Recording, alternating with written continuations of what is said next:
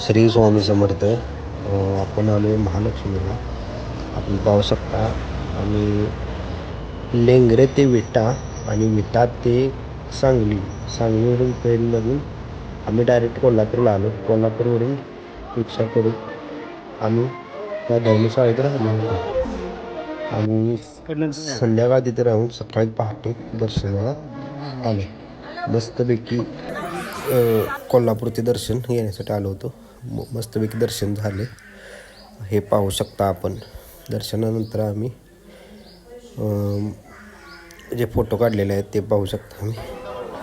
कोल्हापूरचं मंदिर पाहू शकता तुम्ही. आणि खरंच सुंदर सोय आपल्याला कोल्हापूरच्या महालक्ष्मी भक्तनिवास धर्मशाळामध्ये आपल्याला बघायला भेटेल. गरम पाणी सकाळी. आणि तुम्ही पाहू शकता महालक्ष्मीचे सकाळचे दर्शन आपण बघतोय कसं आहे. खूप सुंदर असं दर्शन आम्हाला भेटलं. हे बघा आमच्या फॅमिलीचा फोटो आहे हा. आणि खरंच महालक्ष्मीला आल्यानंतर मनसोक्त दर्शन घेण्यासाठी तुम्ही डायरेक्ट येऊन तिथे राहून सकाळी धर्मशाळेमध्ये राहूनच दर्शन करावे. त्यामुळे काय होईल की सकाळचे जे दर्शन आहे व गर्दी कमी राहील व त्यामुळे आपल्याला चांगले दर्शन बी भेटेल व आणि दुसरा पॉईंटसुद्धा बघायला भेटेल.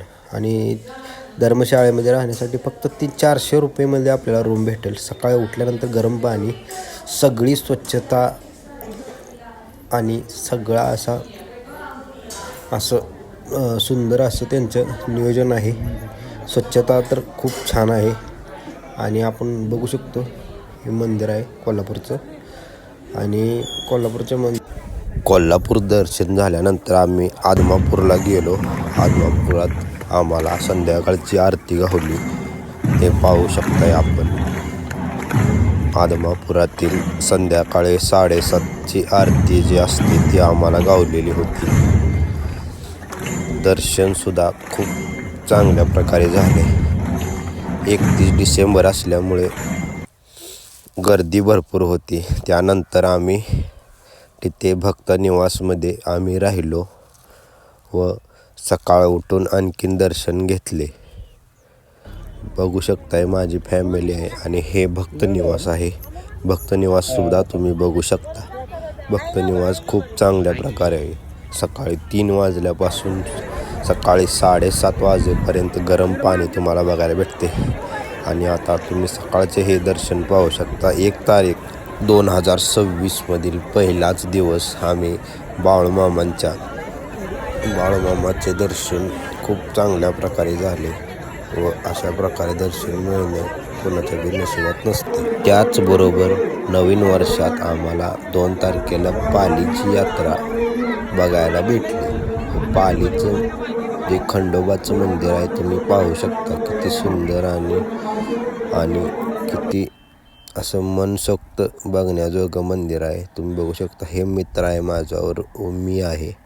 बघू शकता तुम्ही पालीचा खंडोबा तुम्हाला बघू शकता. पालीची यात्रा जी यात्रा 2 तारखेला होती त्या यात्रेला आम्ही सर्वजण गेलो होतो. हे पाहू शकता तुम्ही. मंदिराचा कळस, भाविकांची गर्दी पाहू शकताय तुम्ही. सासनकाठ्या नाचत आहेत व थोड्याच वेळात देवाच्या लग्नाचे वरात आपल्याला जाताना दिसेल व देवाचे रथ आपल्याला जातो तो पाहायला मिळेल. व त्यानंतर जय येळकोट जय मल्हारचा घोष आपल्याला बघायला भेटेल. व तुम्ही बघू शकता देवस्थान पालीच्या खंडेरायाचे व महाराजाचे तुम्ही दर्शन घेऊ शकता. त्यानंतर आम्ही 4 वाजता देवाच्या लग्नासाठी निघालो व देवाच्या लग्नासाठी जो पालखी येते व जो रथ असतो त्याचं दर्शन मिळू शकता. जय मल्हारच्या घोषानंतर हे सर्व बघू शकता तुम्ही कसा भंडारा उधळला जात आहे पालीच्या खंडेरायाच्या ह्या व्रतावर. तारळी नदीमधून आम्ही फुलाचा वर्षाव